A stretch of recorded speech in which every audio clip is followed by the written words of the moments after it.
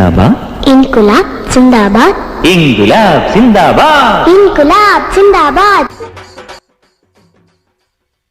ಕರ್ನಾಟಕ ರಾಜ್ಯದ ಕಟ್ಟಡ ಕಾರ್ಮಿಕ ಸಂಘಗಳು ಒಂದಾಗಿ ಇದೇ ಸೆಪ್ಟೆಂಬರ್ 20ನೇ ತಾರೀಕಿಗೆ ಒಂದು ಬೃಹತ್ತಾದಂಥ ಒಂದು ಹೋರಾಟವನ್ನು ನಾವು ಸಂಘಟನೆ ಮಾಡಿದ್ದೀವಿ. ಬಹಳ ಪ್ರಮುಖವಾಗಿ ಕಟ್ಟಡ ನಿರ್ಮಾಣ ವಲಯ ಇವತ್ತು ಕೋವಿಡ್ ಮೊದಲನೇ ಅಲೆ ಮತ್ತು ಎರಡನೇ ಅಲೆಯಲ್ಲಿ ವ್ಯಾಪಕವಾಗಿ ಸಮಸ್ಯೆಯನ್ನು ಎದುರಿಸ್ತಾ ಇದೆ. ಲಕ್ಷಾಂತರ ಸಂಖ್ಯೆಯಲ್ಲಿ ಕಟ್ಟಡ ನಿರ್ಮಾಣ ವಲಯದ ಕಾರ್ಮಿಕರು ನಿರುದ್ಯೋಗಿಗಳಾಗಿದ್ದಾರೆ. ಇಂಥ ಸಂದರ್ಭದಲ್ಲಿ ಕಟ್ಟಡ ನಿರ್ಮಾಣ ವಲಯದ ಕಾರ್ಮಿಕರ ರಕ್ಷಣೆಗೆ ನಿಲ್ಲಬೇಕಾದಂಥ ನಮ್ಮ ರಾಜ್ಯ ಸರ್ಕಾರ ಕಲ್ಯಾಣ ಮಂಡಳಿ, ಕಟ್ಟಡ ಕಾರ್ಮಿಕ ಕಲ್ಯಾಣ ಮಂಡಳಿ ಇರತಕ್ಕಂಥ ಸಾವಿರಾರು ಕೋಟಿ ರೂಪಾಯಿ ಹಣವನ್ನು ಬೇರೆ ಬೇರೆ ವಿಧದ ಲೆಕ್ಕಾಚಾರಗಳ ಮೂಲಕ ಖರ್ಚು ಮಾಡ್ತಾ ಈ ಬಡ ಕಟ್ಟಡ ಕಾರ್ಮಿಕರಿಗೆ ಅವರ ದಿನನಿತ್ಯದ ಬದುಕಿಗೆ ಅನುಕೂಲವಾಗುವಂಥ ಕಾರ್ಯಕ್ರಮಗಳನ್ನು ರೂಪಿಸಲಾಗದೇ ಅವರಿಗೆ ಬೇಕಾದ ರೀತಿಯಲ್ಲಿ ಕಮಿಷನ್ ಪಡೆಯುವ ಹಂತದಲ್ಲಿ ಸಾಕಷ್ಟು ಕಾರ್ಯಕ್ರಮ ರೂಪಿಸ್ತಾ ಇದ್ದಾರೆ. ಈಗ ಆಲ್ರೆಡಿ ಇತ್ತೀಚೆಗೆ ನಾವು ಕೋವಿಡ್ ಲಸಿಕೆಯನ್ನು ಉಚಿತವಾಗಿ ಕೊಡಬೇಕು ಅಂತೇಳಿ ಹೋರಾಟ ಮಾಡಿ ಜಯವನ್ನು ಪಡೆದಿದ್ದೀವಿ. ಸುಮಾರು 700 ಕೋಟಿ ರೂಪಾಯಿ ಹಣವನ್ನು ಖಾಸಗಿ ಹಾಸ್ಪಿಟ್ಲಿಗೆ ಕೊಡಲಿಕ್ಕೆ ಹೊರಟಂಥದ್ದನ್ನು ನಾವು ನಿಲ್ಲಿಸಲಿಕ್ಕೆ ಸಾಧ್ಯ ಆಗಿದೆ. ಅದಾದ ನಂತರದಲ್ಲೂ ಕೂಡ ಬಹಳ ಪ್ರಮುಖವಾಗಿ 3 ಪ್ರಮುಖವಾದಂಥ ಪ್ರಧಾನ ಬೇಡಿಕೆಯನ್ನು ಇಟ್ಕೊಂಡು, ಒಂದು ಈ ಕೋವಿಡ್ ಸಂದರ್ಭದಲ್ಲಿ ಏನು ರೇಷನ್ ಕಿಟ್ಗಳನ್ನು ಕೊಟ್ಟಿದ್ದಾರೆ, ಟೂಲ್ ಕಿಟ್ಗಳನ್ನು ಕೊಟ್ಟಿದ್ದಾರೆ, ಅಥವಾ ಸೇಫ್ಟಿ ಕಿಟ್ಗಳನ್ನು ಕೊಟ್ಟಿದ್ದಾರೆ, ಅಥವಾ ದುಬಾರಿಯಾದಂಥ ಆಂಬ್ಯುಲೆನ್ಸ್ಗಳನ್ನು, ಕಾರುಗಳನ್ನು ಖರೀದಿ ಮಾಡಿದ್ದಾರೆ, ಮತ್ತು ಬೇರೆ ಬೇರೆ ರೀತಿಯಲ್ಲಿ ಇವತ್ತು ನೇರ ಖರೀದಿಗಳನ್ನು ಮಾಡಿ ಮಂಡಳಿಗೆ 100 ಕೋಟಿ ರೂಪಾಯಿ ಇವತ್ತು ನಷ್ಟವನ್ನು ಉಂಟು ಮಾಡಿದ್ದಾರೆ. ಸಾವಿರಾರು ಕೋಟಿ ರೂಪಾಯಿ ಇವತ್ತು ಖರೀದಿಗಳನ್ನು ಮಾಡಿದ್ದಾರೆ. ಅವೆಲ್ಲವೂ ಕೂಡ ತನಿಖೆ ಆಗಬೇಕು ಅನ್ನೋದು ನಮ್ಮ ಕಾರ್ಮಿಕ ಸಂಘಟನೆಗಳ ಬಹಳ ಪ್ರಮುಖವಾದಂತಹ ಒತ್ತಾಯವಾಗಿದೆ. ಅದರ ಜೊತೆಗೆ ಏನು ಕಲ್ಯಾಣ ಮಂಡಳಿ 19 ಸೌಲಭ್ಯಗಳನ್ನು ಘೋಷಣೆ ಮಾಡಿದೆ, 19 ಸೌಲಭ್ಯಗಳನ್ನು ಸಮರ್ಪಕವಾಗಿ ಮತ್ತು ಒಂದು ನಿಗದಿತ ಅವಧಿ ಒಳಗೆ ಜಾರಿಗೊಳಿಸಬೇಕು ಅನ್ನೋಂಥದ್ದು ನಮ್ಮ ಪ್ರಮುಖವಾದಂಥ ಬೇಡಿಕೆಯಾಗಿದೆ.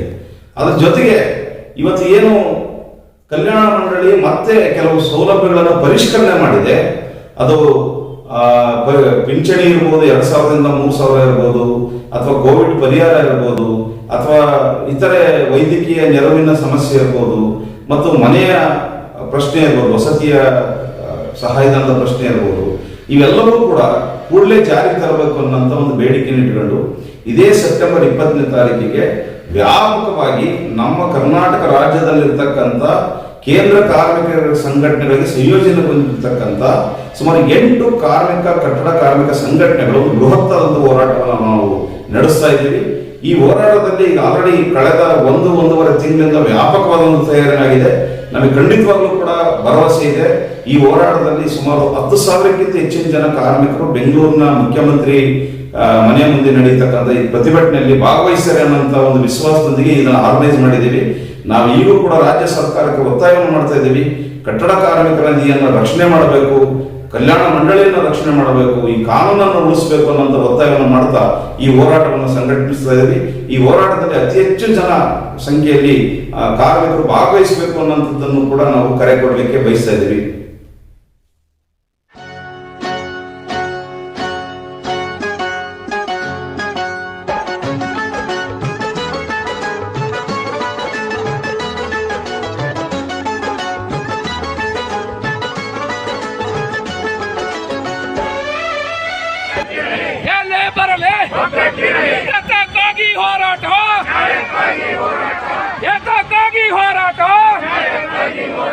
ವ್ಯಾಕ್ಸಿನ್ ಕಳ್ಳರಿಗೆ ಧಿಕ್ಕಾರ, ಖಾಸಗಿ ಆಸ್ಪತ್ರೆ ಸುಲಿಗೆಕೋರರಿಗೆ ಧಿಕ್ಕಾರ, ಕನ್ನಡ ಕಾರ್ಮಿಕರ ಕಲ್ಯಾಣ ಮಂಡಳಿ ನಮ್ಮ ಹಕ್ಕು, ನಮ್ಮ ಹಕ್ಕು. हम सारी दुनिया मांगेंगे, हम मेहनत कश इस दुनिया से जब अपना हिस्सा मांगेंगे, एक भाग नहीं एक खेत नहीं, हम सारी दुनिया मांगेंगे, एक भाग नहीं एक खेत नहीं, हम सारी दुनिया मांगेंगे, हम मेहनत कश इस दुनिया से. ಒಂದಾದ್ಮೇಲೆ ಒಂದು ಪ್ರೊಟೆಸ್ಟ್ಗಳು ನಡೀತಾ ಇದೆ. ಈಗ ಕಟ್ಟಡ ಕಾರ್ಮಿಕರ ಸರದಿ, ಕಟ್ಟಡ ಕಾರ್ಮಿಕರು ಕೂಡ ಪ್ರತಿಭಟನೆ ಮಾಡ್ತಾ ಇದ್ದಾರೆ. ಬೆಂಗಳೂರಿನಲ್ಲಿ ಸಾಲ ಪ್ರತಿಭಟನೆಗಳು. ಮುಖ್ಯಮಂತ್ರಿ ಮನೆ ಚಲೋ ಕಟ್ಟಡ ಕಾರ್ಮಿಕರಿಂದ. ಸಂಗೊಳ್ಳಿ ರಾಯಣ್ಣ ರೈಲ್ವೆ ನಿಲ್ದಾಣದಿಂದ ಬೃಹತ್ ಪ್ರತಿಭಟನೆ ನಡೀತಾ ಇದೆ. ಆ ಕಟ್ಟಡ ಕಾರ್ಮಿಕರದ್ದೇ ಒಂದು 8 ಸಂಘಟನೆಗಳಿವೆ. ಆ 8 ಸಂಘಟನೆಗಳಿಂದ ಬೃಹತ್ ರ್ಯಾಲಿ.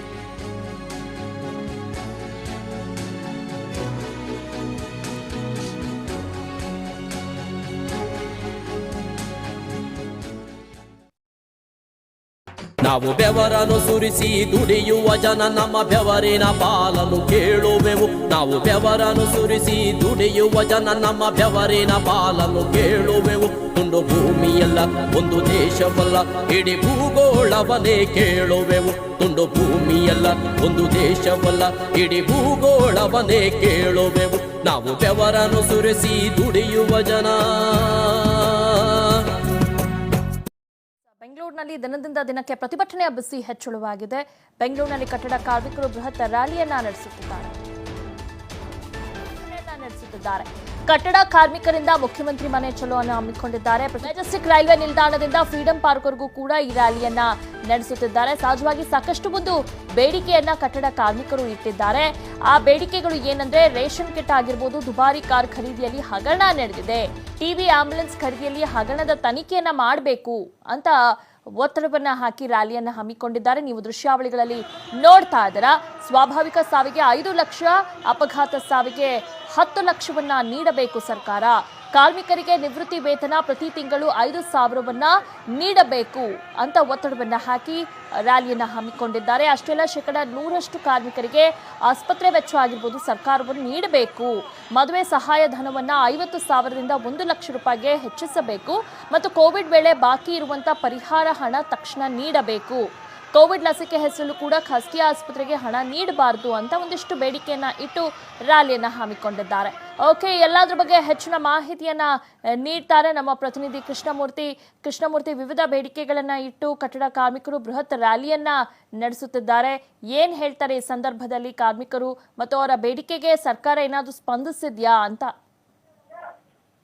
ಈಗ ರಾಜ್ಯದ ಕಟ್ಟಡ ಕಾರ್ಮಿಕರು ತುಂಬಾ ನಿಕೃಷ್ಟ ಪರಿಸ್ಥಿತಿಯಲ್ಲಿ ಕೆಲಸ ಮಾಡ್ತಾ ಇದ್ರೆ ಅವರಿಗೆ ಕೊಡಬೇಕಾದಂತ ಸೌಲಭ್ಯಗಳನ್ನ ಸರ್ಕಾರ ಕೊಡುವಂತ ಪ್ರಯತ್ನವನ್ನ ಮಾಡಿಲ್ಲ. ಈಗಾಗಲೇ ಕಟ್ಟಡ ಕಾರ್ಮಿಕ ಸಂಬಂಧಪಟ್ಟಂತೆ ಸರ್ಕಾರ ಬಳಿ ಹೋಗಿ ಮನವಿಯನ್ನು ಸಹ ಮಾಡಿದ್ದಾರೆ. ಕಟ್ಟಡ ಕಾರ್ಮಿಕರು ಸಹ ಆ ಇಲಾಖೆಯ ಉಸ್ತುವಾರಿ ಸಚಿವರು ಹೋಗಿ ಮನವಿಯನ್ನ ಮಾಡಿದ್ದಾರೆ. ಆದ್ರೆ ಇಲ್ಲಿವರೆಗೂ ಅವರ ಬೇಡಿಕೆಗಳಿಗೆ ಸ್ಪಂದಿಸುವಂತ ಕೆಲಸವನ್ನ ಮಾಡಿಲ್ಲ. ಒಂದ್ ಕಡೆ ಭರವಸೆಗಳಿಗೆ ಮಾತ್ರ ಕೊಡುವಂತ ಪ್ರಯತ್ನವನ್ನ ಮಾಡ್ತಾ ಇದೆ. ಹೀಗಾಗಿ ಇವತ್ತು ರಾಜ್ಯದ ವಿವಿಧ ಭಾಗದಿಂದ ಸಾಕಷ್ಟು ಕಟ್ಟಡ ಕಾರ್ಮಿಕರು ಸರ್ಕಾರದ ವಿರುದ್ಧ ಸಿಡಿದೆದ್ದಿದೆ. ರಾಜಧಾನಿ ಬೆಂಗಳೂರು ಇವತ್ತು ಬೃಹತ್ ಮಟ್ಟದ ಪ್ರತಿಭಟನಾ ರ್ಯಾಲಿಯನ್ನು ಸಹ ಹಮ್ಮಿಕೊಂಡು ಪ್ರತಿಭಟನೆಯನ್ನ ಸಹ ಮಾಡ್ತಾ ಇದ್ದಾರೆ. ಯಾಕಂದ್ರೆ ಬೆಂಗಳೂರಿನ ಮೆಜೆಸ್ಟಿಕ್ ರೈಲ್ವೆ ನಿಲ್ದಾಣದಿಂದ ಫ್ರೀಡಂ ಪಾರ್ಕ್ ವರೆಗೂ ಈಗ ಪ್ರತಿಭಟನೆ ಸಹ ನಡೀತಾ ಇದೆ. ಒಂದ್ ಕಡೆ ಸರ್ಕಾರ ಇವರ ಬೇಡಿಕೆಗೆ ಸ್ಪಂದಿಸುವಂತ ಕೆಲಸವನ್ನ ಮಾಡ್ತಾ ಇಲ್ಲ. ಜೊತೆಗೆ ಇಲಾಖೆ ಕಟ್ಟಡ ಕಾರ್ಮಿಕರ ಇಲಾಖೆ ಸಹ ಇವರಿಗೆ ಸ್ಪಂದಿಸುವಂತ ಕೆಲಸವನ್ನ ಮಾಡ್ತಾ ಇಲ್ಲ. ಹೀಗಾಗಿ ಸರ್ಕಾರದ ವಿರುದ್ಧ ಇವತ್ತು ಸಾಕಷ್ಟು ನೌಕರರು ಪ್ರತಿಭಟನೆ ಮಾಡಿ ಸರ್ಕಾರಕ್ಕೆ ಬಿಸಿಯನ್ನ ಮುಟ್ಟಿಸಬೇಕಾ ಎಲ್ಲ ರೀತಿಯ ತಯಾರಿಯನ್ನು ಸಹ ಮಾಡ್ಕೊಂಡಿದ್ದಾರೆ. ಸರ್ಕಾರದ ಮುಂದೆ ಸಾಕಷ್ಟು ಬೇಡಿಕೆಗಳನ್ನು ಸಹ ಇಟ್ಟಿದ್ದಾರೆ. ಆದ್ರೆ ಬೇಡಿಕೆಗೆ ಸಂಬಂಧಪಟ್ಟಂತೆ ಸರ್ಕಾರ ಇಲ್ಲಿವರೆಗೂ ಯಾವುದೇ ರೀತಿಯಲ್ಲಿ ಸಕಾರಾತ್ಮಕವಾಗಿ ಸ್ಪಂದಿಸುವಂತ ಪ್ರಯತ್ನವನ್ನ ಮಾಡಿಲ್ಲ. ಯಾಕಂದ್ರೆ ಕೋವಿಡ್ ಬಾಕಿ ಇರುವಂತ ಪರಿಹಾರವನ್ನ ಸರ್ಕಾರ ಇಲ್ಲಿವರೆಗೂ ಸಹ ಬಿಡುಗಡೆ ಮಾಡಿಲ್ಲ. ಲಸಿಕೆ ಹೆಸರಲ್ಲಿ ಖಾಸಗಿ ಆಸ್ಪತ್ರೆಗಳಿಗೆ ಸಹ ಕಟ್ಟಡ ಕಾರ್ಮಿಕರು ಹಣ ಕೊಡಬೇಕಾದಂತ ಪರಿಸ್ಥಿತಿ ನಿರ್ಮಾಣ ಆಗ್ತಾ ಇದೆ.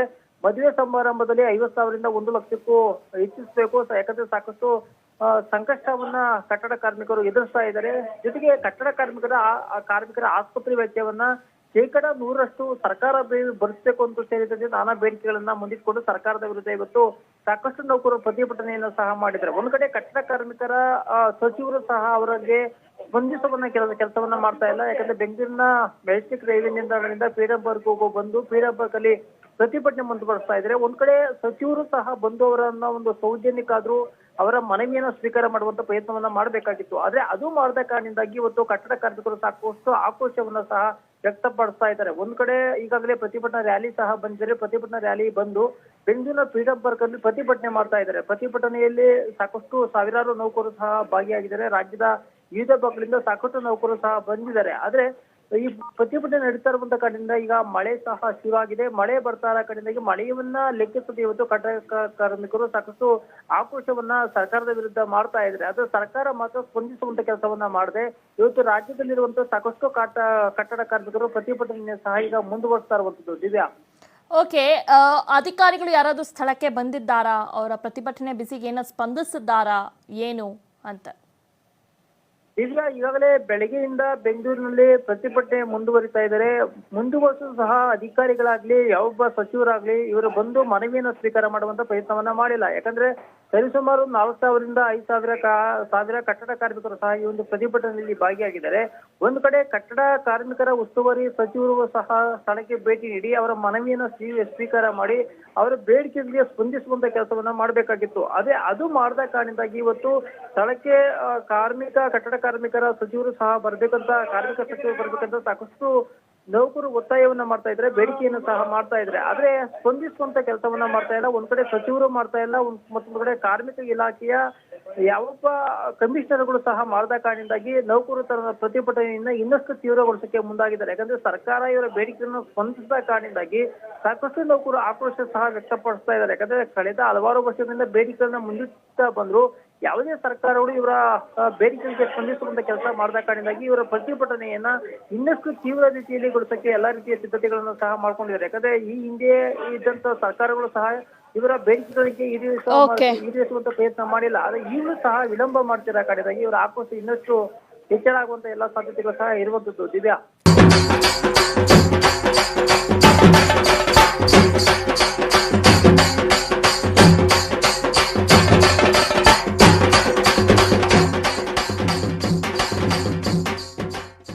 ನಾವು ಬೆವರನ್ನು ಸುರಿಸಿ ದುಡಿಯುವ ಜನ ನಮ್ಮ ಬೆವರಿನ ಪಾಲನ್ನು ಕೇಳುವೆವು. ನಾವು ಬೆವರನ್ನು ಸುರಿಸಿ ದುಡಿಯುವ ಜನ ನಮ್ಮ ಬೆವರಿನ ಪಾಲನ್ನು ಕೇಳುವೆವು. ತುಂಡು ಭೂಮಿಯಲ್ಲ ಒಂದು ದೇಶವಲ್ಲ ಇಡೀ ಭೂಗೋಳವನ್ನೇ ಕೇಳುವೆವು. ತುಂಡು ಭೂಮಿಯಲ್ಲ ಒಂದು ದೇಶವಲ್ಲ ಇಡೀ ಭೂಗೋಳವನ್ನೇ ಕೇಳುವೆವು.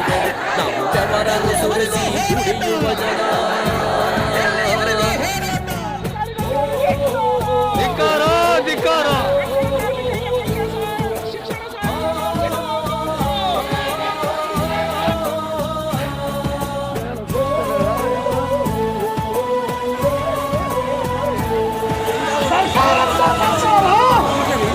ಕಾರ್ಮಿಕರು ಸೌಲಭ್ಯಗಳಿಗೆ ಅರ್ಜಿ ಹಾಕ್ತಾರೆ, ಸಾಕಷ್ಟು ರಿಜೆಕ್ಟ್ ಆಗ್ತವೆ. ರಿಜೆಕ್ಟ್ ಆದ್ಮೇಲೆ ಎಲ್ಲಿ ಹೋಗ್ಬೇಕು ಏನು ಹೋಗ್ಬೇಕು ಅಂತ ಗೊತ್ತಿಲ್ಲ. ಹೀಗಾಗಿ ಅದಕ್ಕೆ ಒಂದು ಮೇಲ್ಮನವಿ ಸಮಿತಿಯನ್ನ ರಚನೆ ಮಾಡಬೇಕು. ಸೆಪ್ಟೆಂಬರ್ 20ನೇ ತಾರೀಕು ನಡೀತಕ್ಕಂಥ ಕಟ್ಟಡ ನಿರ್ಮಾಣ ಕಾರ್ಮಿಕರ ಪ್ರತಿಭಟನೆಯಲ್ಲಿ ಪ್ರಮುಖವಾದಂಥ ಬೇಡಿಕೆ ಭ್ರಷ್ಟಾಚಾರ ಏನು ನಡೀತಾ ಇದೆ ಅದು ನಿಲ್ಲಬೇಕು. ಇದುವರೆಗೂ ನಡೆಸಿರ್ತಕ್ಕಂಥ ವ್ಯವಹಾರ ಏನಿದೆ ಅದೆಲ್ಲವನ್ನು ಕೂಡ ತನಿಖೆ ಮಾಡಬೇಕು. ತನಿಖೆ ಅಂದರೆ ರಾಜ್ಯ ಸರ್ಕಾರ ಇದರಲ್ಲಿ ಮಧ್ಯಪ್ರವೇಶ ಮಾಡಿ ಜಂಟಿ ಸದನ ಸಮಿತಿಯನ್ನು ರಚನೆ ಮಾಡಿ ಆ ಮೂಲಕ ತನಿಖೆಯನ್ನು ನಡೆಸಬೇಕು ಅನ್ನುವಂಥದ್ದು ನಮ್ಮ ಪ್ರಮುಖವಾದಂಥ ಒತ್ತಾಯ. ಎರಡನೇದು, ಈಗಾಗಲೇ ಘೋಷಣೆ ಮಾಡಿರ್ತಕ್ಕಂಥ 3,000 ರೂಪಾಯಿ ಕೋವಿಡ್ ಪರಿಹಾರದ ಹಣ ಏನಿದೆ, ಮಂಡಳಿಯವರೇ ಹೇಳೋ ಪ್ರಕಾರ ಸುಮಾರು 5 ಲಕ್ಷಕ್ಕಿಂತ ಹೆಚ್ಚಿನ ಜನಕ್ಕೆ ಇನ್ನೂ ಕೂಡ ತಲುಪಿಲ್ಲ. ಹೀಗಾಗಿ ಶೀಘ್ರವೇ ಅವರಿಗೆ 3,000 ರೂಪಾಯಿಯನ್ನು ಕೊಡಬೇಕು ಅನ್ನುವಂಥದ್ದು. ಇದ್ರ ಜೊತೆಗೆ ಮಂಡಳಿಯಲ್ಲಿ 19 ಸವಲತ್ತುಗಳು ಅಂತೇಳಿ ಜಾಹೀರಾತಿನಲ್ಲಿ ಪ್ರಕಟ ಮಾಡ್ತಾನೆ ಇದ್ದಾರೆ. 19 ಸವಲತ್ತುಗಳನ್ನು ನಾವು ಕೊಡ್ತಾ ಇದ್ದೀವಿ ಅಂತ. ಆದರೆ ಜಾರಿಯಲ್ಲಿರೋದು ಕೇವಲ 10 ಸವಲತ್ತು ಮಾತ್ರ. ಹೀಗಾಗಿ 19 ಸವಲತ್ತುಗಳನ್ನು ಕಡ್ಡಾಯವಾಗಿ ನೀವು ಜಾರಿ ಮಾಡಬೇಕು, ಅದಕ್ಕೆ ಬೇಕಾಗಿರತಕ್ಕಂಥ ನಿಯಮಾವಳಿಯನ್ನು ರೂಪಿಸಬೇಕು ಅನ್ನುವಂಥದ್ದು ನಮ್ಮ ಒತ್ತಾಯ. ಇದ್ರ ಜೊತೆಯಲ್ಲೇ ಈಗಾಗಲೇ ಕೊಡ್ತಾ ಇರ್ತಕ್ಕಂಥ ಅನೇಕ ಕಲ್ಯಾಣ ಕಾರ್ಯಕ್ರಮಗಳಲ್ಲಿ ಸರಿಯಾದ ರೀತಿಯಲ್ಲಿ ಜಾರಿ ಆಗ್ತಾ ಇಲ್ಲ. ಒಂದು ಉದಾಹರಣೆಗೆ ವೈದ್ಯಕೀಯ ಪರಿಹಾರದಲ್ಲಿ ಸುಮಾರು 1 ಲಕ್ಷ ರೂಪಾಯಿ ಹಣ ವೈದ್ಯಕೀಯ ವೆಚ್ಚಕ್ಕಾಗಿ ಖರ್ಚಾದರೆ ಕೇವಲ 1,000 ರೂಪಾಯಿ 2,000 ರೂಪಾಯಿ ಈ ರೀತಿಯಲ್ಲಿ ಕೊಡ್ತಿದ್ದಾರೆ. ಹೀಗಾಗಿ ನಾವು ಒತ್ತಾಯ ಮಾಡೋದೇನಂತಂದ್ರೆ ಅದೊಂದು ಖರ್ಚಾಗಿರ್ತದೋ ಅದನ್ನ ಪೂರ್ತಿ ನೀವು ಭರಿಸಬೇಕು ಅನ್ನುವಂಥ ಒಂದು ಒತ್ತಾಯ ಇದೆ. ಅದೇ ರೀತಿ ಮನೆ ಕಟ್ಟೋದಕ್ಕೆ ಸಹಾಯಧನ ಕೊಡಬೇಕು ಅನ್ನುವಂಥ ಅವಕಾಶ ಇದ್ದಾಗೂ ಕೂಡ ಅದನ್ನು ಜಾರಿ ಮಾಡಲಿಲ್ಲ. ಹೀಗಾಗಿ 5 ಲಕ್ಷ ರೂಪಾಯಿ ಮನೆ ಕಟ್ಟೋದಕ್ಕೆ ಸಹಾಯಧನ ಕೊಡಬೇಕು. ಇನ್ನಿತರೆ ಬೇಡಿಕೆಗಳನ್ನ ಇಟ್ಕೊಂಡು ಬಹಳ ಮುಖ್ಯವಾಗಿ ವಿಳಂಬ ಆಗ್ತಾ ಇದೆ. ವಿಳಂಬ ಆಗೋದನ್ನು ತಪ್ಪಿಸಬೇಕು. ಕ್ಲೈಮ್ಸು ಆದಷ್ಟು ಬೇಗನೆ ಕಾರ್ಮಿಕರಿಗೆ ತಲುಪಬೇಕು. ಇದ್ರ ಜೊತೆಯಲ್ಲಿ ಸಿಬ್ಬಂದಿಯ ಕೊರತೆ ಇದೆ. ಕಲ್ಯಾಣ ಮಂಡಳಿಯಲ್ಲಿ ಅರ್ಜಿಗಳು ಬೇಗ ವಿಲೇವಾರಿ ಆಗದೆ ಇರೋದಕ್ಕೆ ಸಿಬ್ಬಂದಿಯ ಕೊರತೆ ಇದೆ. ಹೀಗಾಗಿ ಖಾಲಿ ಇರತಕ್ಕಂಥ ಹುದ್ದೆಗಳನ್ನು ಶೀಘ್ರವೇ ಭರ್ತಿ ಮಾಡಬೇಕು. ಜೊತೆಗೆ ನಕಲಿ ಕಾರ್ಡ್ಗಳು ಆಗ್ತಾ ಇದಾವೆ. ಕಟ್ಟಡ ಕಾರ್ಮಿಕರ ಅಲ್ಲದೆ ಇರತಕ್ಕಂಥವ್ರನ್ನ ಇವತ್ತು ನೋಂದಣಿ ಮಾಡತಕ್ಕಂಥ ಕೆಲಸವನ್ನ ಕೆಲವು CSC ಸೆಂಟರ್ಗಳು ಮಾಡ್ತಾ ಇದಾವೆ. ಅದಕ್ಕೆ ಕಡಿವಾಣ ಹಾಕಬೇಕು. ಎಲ್ಲ ಬೇಡಿಕೆಗಳನ್ನು ಮುಂದಿಟ್ಟುಕೊಂಡು ಕಟ್ಟಡ ನಿರ್ಮಾಣ ಕಾರ್ಮಿಕರ ಸಂಘಟನೆಗಳ ಸಮನ್ವಯ ಸಮಿತಿ ಕರೆ ನೀಡಿದಂತ ಸೆಪ್ಟೆಂಬರ್ 20ನೇ ತಾರೀಕಿನ ಹೋರಾಟದಲ್ಲಿ ರಾಜ್ಯದ ಮೂಲೆ ಮೂಲೆಗಳಿಂದ ಸುಮಾರು 10,000ಕ್ಕೂ ಹೆಚ್ಚು ಜನ ಕಾರ್ಮಿಕರು ಬೆಂಗಳೂರಿಗೆ ಆಗಮಿಸಿ ಈ ಹೋರಾಟವನ್ನು ಯಶಸ್ವಿ ಮಾಡಿದ್ದಾರೆ. ಭಾರಿ ಮಳೆಯ ನಡುವೆನೂ ಕೂಡ ಚದುರದಲ್ಲೇ ಈ ಹೋರಾಟವನ್ನು ಯಶಸ್ವಿಗೊಳಿಸಿದಂತ ಎಲ್ಲ ಕಾರ್ಮಿಕ ಬಂಧುಗಳಿಗೆ ಕೃತಜ್ಞತೆಗಳನ್ನು ಸಲ್ಲಿಸ್ತಾ ಇದ್ದಾರೆ. ಇದ್ರ ಜೊತೆಗೆ ಅವತ್ತು ಮಂಡಳಿಯ ಕಾರ್ಯದರ್ಶಿಗಳು ನಮ್ಮ ಪ್ರತಿಭಟನಾ ಸ್ಥಳಕ್ಕೆ ಆಗಮಿಸಿ ಮನವಿಯನ್ನ ಸ್ವೀಕರಿಸಿದ್ದಾರೆ. ಆ ವಿಚಾರದಲ್ಲಿ ಸಮನ್ವಯ ಸಮಿತಿಯ ಮುಖಂಡರ ಜೊತೆಗೆ ಮಾತುಕತೆಯನ್ನ ನಡೆಸುವಂತ ಭರವಸೆಯನ್ನು ಕೂಡ ಕೊಟ್ಟಿದ್ದಾರೆ. ಇದ್ರ ಜೊತೆಗೆ ಪೊಲೀಸ್ ಇಲಾಖೆಯವರು ಮುಖ್ಯಮಂತ್ರಿಗಳ ಜೊತೆ ಒಂದು ಮಾತುಕತೆಗೆ ವೇದಿಕೆಯನ್ನು ಸಿದ್ಧಪಡಿಸಿಕೊಡ್ತೇವೆ ಅನ್ನುವಂತ ಭರವಸೆಯನ್ನ ಕೊಟ್ಟಿದ್ದಾರೆ. ಆ ಹಿನ್ನೆಲೆಯಲ್ಲಿ ಅವತ್ತಿನ ಹೋರಾಟವನ್ನ ನಾವು ಅಂತ್ಯಗೊಳಿಸಿದ್ದೇವೆ. ಒಂದು ವೇಳೆ ನಮ್ಮ ಈ ಬೇಡಿಕೆಗಳ ಬಗ್ಗೆ ರಾಜ್ಯ ಸರ್ಕಾರ ಮತ್ತು ಕಲ್ಯಾಣ ಮಂಡಳಿ ಸರಿಯಾದ ರೀತಿಯಲ್ಲಿ ಸ್ಪಂದಿಸದೇ ಇದ್ರೆ, ಇವತ್ತೇನ್ ಭರವಸೆ ಕೊಟ್ಟಿದ್ದಾರೆ ಅದಕ್ಕೆ ಪೂರಕವಾಗಿ ನಡ್ಕೊಳ್ತಾ ಇದ್ರೆ, ಮುಂದಿನ ದಿನಗಳಲ್ಲಿ ಭಾರಿ ದೊಡ್ಡ ಪ್ರಮಾಣದ ಹೋರಾಟಕ್ಕೆ ನಾವು ಸಿದ್ಧ ಆಗಬೇಕಾಗುತ್ತೆ ಅನ್ನುವಂತ ಎಚ್ಚರಿಕೆಯನ್ನೇ ಕೊಟ್ಟು ನಾವಿವತ್ತು ಈ ಹೋರಾಟವನ್ನು ಅಂತ್ಯಗೊಳಿಸಿದ್ದೇವೆ. ಹೀಗಾಗಿ ಈ ಹೋರಾಟದಲ್ಲಿ ಪಾಲ್ಗೊಂಡಂತ ಎಲ್ಲರಿಗೂ ಸಹಕರಿಸಿದಂತ ಎಲ್ಲರಿಗೂ ಧನ್ಯವಾದಗಳನ್ನು ತಿಳಿಸ್ತಾ ಸಮನ್ವಯ ಸಮಿತಿಯ ಎಲ್ಲ ಸಹಭಾಗಿ ಸಂಘಟನೆಗಳಿಗೂ ಧನ್ಯವಾದಗಳನ್ನು ತಿಳಿಸ್ತಾ ಇದ್ದೇನೆ. ನಾನು ಸಾಮಾನ್ಯ ರೆಡ್ಡಿ ಇಂಟೆಕ್ನ ಕಟ್ಟಡ ಕಾರ್ಮಿಕರ ಸಂಘದ ಅಧ್ಯಕ್ಷ.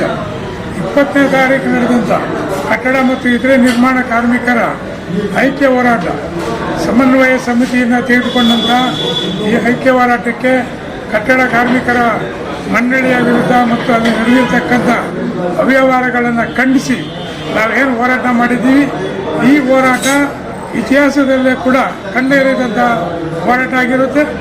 ಈ ಹೋರಾಟಕ್ಕೆ ಬಂದು ಬೆಂಬಲ ನೀಡತಕ್ಕಂಥ ಎಲ್ಲ ರಾಜ್ಯದ ಮೂಲೆ ಮೂಲೆಯಿಂದ ಬಂದು ಅಭೂತವಾದಂಥ ಬೆಂಬಲವನ್ನು ಕೊಟ್ಟಿದ್ದಾರೆ. ಅವರೆಲ್ಲರಿಗೂ ಕೂಡ INTUC ಮತ್ತು ಕಟ್ಟಡ ಕಾರ್ಮಿಕರ ಸಮನ್ವಯ ಸಮಿತಿಯ ಪರವಾಗಿ ಅಭಿನಂದನೆಗಳನ್ನು ಸಲ್ಲಿಸ್ತಾ ಇದ್ದೀವಿ.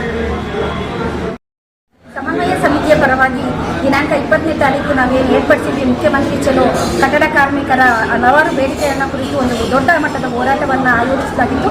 ಇದರಲ್ಲಿ ಹಲವಾರು ಸಂಘಟನೆ ಅಂದರೆ 9 ಸಂಘಟನೆ ಎಲ್ಲ ಕಾರ್ಮಿಕರು ಭಾಗವಹಿಸಿ 10,000ಕ್ಕೂ ಹೆಚ್ಚು ಕಾರ್ಮಿಕರು ಭಾಗವಹಿಸಿದ್ದಾರೆ. ಎಲ್ಲ ಕಾರ್ಮಿಕರಿಗೂ ನಮ್ಮ NCL national centre for labour ಪರವಾಗಿ ನಾನು ಹೃತ್ಪೂರ್ವಕವಾದ ಧನ್ಯವಾದಗಳನ್ನ ತಿಳಿಸ್ತಾ ಇದ್ದೀವಿ ಹಾಗೂ ಅಭಿನಂದನೆಗಳನ್ನ ತಿಳಿಸ್ತಾ ಇದ್ದೀವಿ. ಎಲ್ಲ ಕಾರ್ಮಿಕರು ಏನು ನಾವು ಬೇಡಿಕೆಯನ್ನು ಇಟ್ಟಿದ್ದೀವಿ ಅದು ಖಂಡಿತವಾಗ್ಲೂ ನೆರವೇರುತ್ತೆ. ನೆರವೇರಿದ ಪಕ್ಷದಲ್ಲಿ ನಾವು ಮುಂದಿನ ಕ್ರಮವಾಗಿ ಹಲವಾರು ಹೋರಾಟಗಳನ್ನ ನಡೆಸಬೇಕಾಗತ್ತೆ. ಅಂತ ಸಂದರ್ಭದಲ್ಲಿ ಎಲ್ಲರೂ ಮತ್ತೆ ಭಾಗವಹಿಸಬೇಕು, ನಮ್ಮ ಏನು ಬೇಡಿಕೆನ ಈಡೇರಿಸಿಕೊಳ್ಬೇಕು ಅಂತೇಳಿ ಸೆಪ್ಟೆಂಬರ್ 20ನೇ ತೇದಿ ಏನಿದೆಯೋ ಕಟ್ಟಡ ಕಾರ್ಮಿಕರ ಸಮನ್ವಯ ಸಮಿತಿಯಿಂದ ಚಲೋ ಮುಖ್ಯಮಂತ್ರಿ ಮನೆ ಕಾರ್ಯಕ್ರಮವನ್ನು ಯಶಸ್ವಿಗೊಳಿಸಿದ ಎಲ್ಲ ಕರ್ನಾಟಕ ರಾಜ್ಯ ಕಟ್ಟಡ ಕಟ್ಟುವ ಮತ್ತು ಇತರ ನಿರ್ಮಾಣ ಕಾರ್ಮಿಕರಿಗೆ ಅಭಿನಂದನೆ ಸಲ್ಲಿಸುತ್ತಿದ್ದೇವೆ. ಕಾರ್ಮಿಕರೇ, ಇದೇ ಥರ ಮುಂದಿನ ನಮ್ಮ ಹಕ್ಕುಗಳಿಗಾಗಿ ಒಂದು ಹೋರಾಟ ಯಶಸ್ವಿಯಾಗಬೇಕಂದ್ರೆ ನಿಮ್ಮೆಲ್ಲರೂ ಒಗ್ಗಟ್ಟಿನ ಮೂಲಕ ಸರ್ಕಾರ ಇಳಿದು ಬರುತ್ತೆ ಅಂತ ನಾವು ಅಂದ್ಕೊಳ್ತಾ ಇದ್ದೀವಿ. ಹಾಗೆ ಇದೇ ತರಹ ಸಕಾಲದಲ್ಲಿ ನಮ್ಮ ಡಿಮಾಂಡ್ಸ್ ಏನಿದೆಯೋ ಅದು ಬಗೆಹರಿಬೇಕಂದ್ರೆ ನಾವೆಲ್ಲ ಒಗ್ಗೂಟಿನಿಂದ ಮುಂದಕ್ಕೆ ಹೋಗ್ಬೇಕಂತ ಕೇಳಿಕೊಳ್ಳುತ್ತಾ ಇದ್ದೀವಿ. ಸೇರಿರುವ ಎಲ್ಲ ಕಾರ್ಮಿಕರಿಗೆ ನಮ್ಮ ಕರ್ನಾಟಕ ರಾಜ್ಯ ಕಟ್ಟಡ ಕಟ್ಟುವ ಮತ್ತು ಕಲ್ಲು ಹೊಡೆಯುವ ಕ್ವಾರಿ ಕಾರ್ಮಿಕರ ಸಂಘ AITC ಕಡೆಯಿಂದ ಅಭಿನಂದನೆ ಸಲ್ಲಿಸುತ್ತಿದ್ದೇವೆ. 20ನೇ ತಾರೀಕು ನಡೆದಂಥ ಕಟ್ಟಡ ಕಾರ್ಮಿಕರ ಒಂದು ಬೃಹತ್ ಮೆರವಣಿಗೆ ಮತ್ತು ಸಭೆ ಕರ್ನಾಟಕ ಇತಿಹಾಸದಲ್ಲಿ ಅತಿ ದೊಡ್ಡ ಒಂದು ಇತಿಹಾಸವನ್ನು ಸೃಷ್ಟಿ ಮಾಡಿದೆ. ಇದರಲ್ಲಿ ಭಾಗವಹಿಸಿದ್ದ ಕರ್ನಾಟಕ ರಾಜ್ಯ ಸರ್ಕಾರದ ಮೇಲೆ ಒತ್ತಡವನ್ನು ಕೂಡ ಹೇರಿದೆ. ಅವರು ನಮ್ಮ ಎಲ್ಲ ಬೇಡಿಕೆಗಳನ್ನು ಕೂಡ ಈಡೇರಿಸ್ತಾರೆ ಅಂತ ಒಂದು ಭಾವಿಸಿದ್ದೇವೆ. ಇನ್ನು ಹೆಚ್ಚಿಗೆ ಇದೇನಾದರೂ ಅವ್ರು ನೆರವೇರಿಸಿದ್ದಾಗಿ ಇನ್ನು ಹೆಚ್ಚಿನ ಮಟ್ಟದಲ್ಲಿ ಹೋರಾಟಗಳನ್ನು ಮಾಡ್ತೀವಿ ಅಂತ ಹೇಳ್ತಾ ಇದರಲ್ಲಿ ಭಾಗವಹಿಸಿದಂಥ ಎಲ್ಲ ಕಟ್ಟಡ ಕಾರ್ಮಿಕರಿಗೂ ಕೂಡ ನಮ್ಮ ಸಂಘಟನೆ AITUC ವತಿಯಿಂದ ನಾವು ಅಭಿನಂದನೆಗಳನ್ನು ಸಲ್ಲಿಸ್ತಾ ಇದ್ದೀವಿ. ಈ ಯಶಸ್ವಿಗೆ ಕಾರಣವಾದಂಥ ಎಲ್ರಿಗೂ ಅಭಿನಂದನೆಗಳನ್ನು ಸಲ್ಲಿಸ್ತಾ ಇದ್ದೀವಿ. ಎಲ್ಲ ಕಾರ್ಮಿಕ ಸಂಗಾತಿಗಳಿಗೆ ಶುಭವಂದನೆಗಳು. ಸ್ನೇಹಿತರೆ, ಸೆಪ್ಟೆಂಬರ್ 20ನೇ ತಾರೀಕು ಈ ಒಂದು ನಮ್ಮ ಹೋರಾಟದಲ್ಲಿ ಭಾಗವಹಿಸಿದ ಸಮನ್ವಯ ಸಮಿತಿ ಮತ್ತು ಎಲ್ಲ ಕಟ್ಟಡ ನಿರ್ಮಾಣ ಕಾರ್ಮಿಕರು ಹೆಚ್ಚಿನ ಸಂಖ್ಯೆಯಲ್ಲಿ ಬಂದು ಭಾಗವಹಿಸಿ ಈ ಹೋರಾಟವನ್ನು ಯಶಸ್ವಿಗೊಳಿಸಿದ್ದೀರಾ. ನಿಮ್ಮ ಏನು ಬೇಡಿಕೆಗಳಿದೆಯೋ ಆ ಬೇಡಿಕೆಗಳನ್ನು ಸರ್ಕಾರ ತಕ್ಷಣವೇ ಅದನ್ನು ಪೂರೈಸಬೇಕು. ಈ ಹೋರಾಟಗಳು ಸಂಘಟನೆ, ಶಿಕ್ಷಣ, ಹೋರಾಟ, ಅಂಬೇಡ್ಕರ್ ಹೇಳಿದಂಥ ಈ ಒಂದು ಆಲೋಚನೆಗಳನ್ನು ಇಟ್ಟು ಮುಂದಿನ ದಿನಗಳಲ್ಲಿ ದೊಡ್ಡ ಒಂದು ಹೋರಾಟಕ್ಕೆ ನಮ್ಮ ಏನು ಬೇಡಿಕೆಗಳಿದೆಯೋ ಅದೆಲ್ಲ ಈಡೇರಿಸಬೇಕು ಅಂತೇಳಿ ಮಾತು.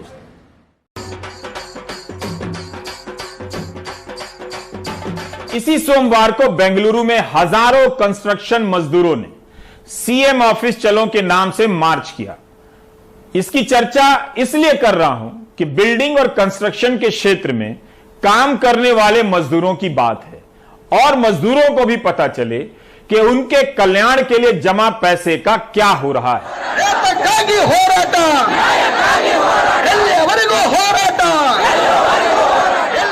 बेंगलुरु में हुए इस प्रदर्शन में कई मजदूर संगठन एक साथ आगे आए हैं।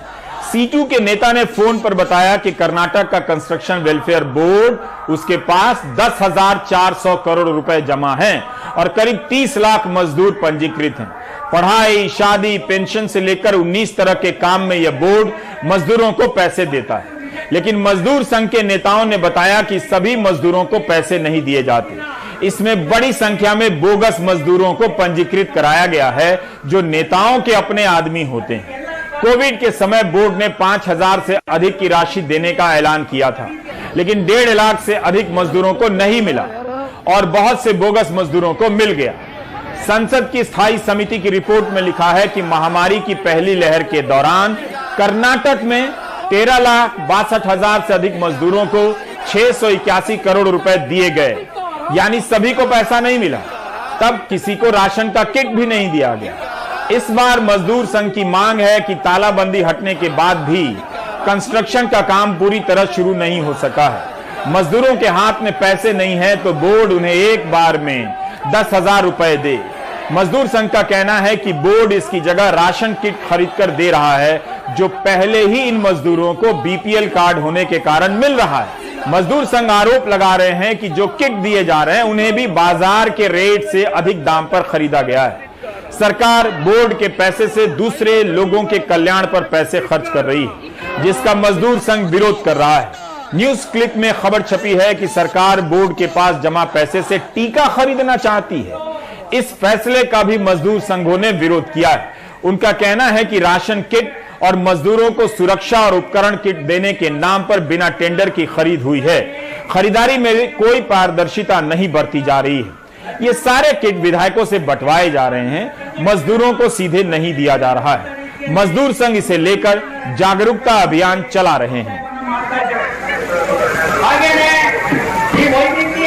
पिछली बार जब 21 दिनों की तालाबंदी का फैसला लिया गया था तो सवाल उठा कि जो दिहाड़ी मजदूर हैं वो क्या खाएंगे, उनका काम तो बंद हो गया। तब वित्त मंत्री ने कहा कि केंद्र ने राज्यों को आदेश दिया है कि वे कंस्ट्रक्शन मजदूरों के कल्याण के फंड से उनकी मदद करें। मीडिया रिपोर्ट के अनुसार बताया गया कि उस समय 3.5 करोड़ लेबर पंजीकृत थे।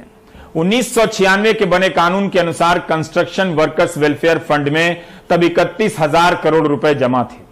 वैसे 2019 में शशि थरूर ने लोकसभा में यह सवाल उठाया था कि मजदूरों के कल्याण के लिए जमा 30,000 करोड़ रुपए ऐसे ही पड़े हुए हैं, उनका इस्तेमाल नहीं हो रहा है। दूसरे राज्यों के मजदूरों को कर्नाटक में हुए मजदूरों के इस प्रदर्शन से सीखना चाहिए। इसी 3 अगस्त को संसद की स्थायी समिति की रिपोर्ट में कहा गया है कि पहली लहर में मात्र देश भर में 6,506 करोड़ रुपए ही मजदूरों को दिया गया। दूसरी लहर में यह राशि घट गई, 1,708 करोड़ हो गई।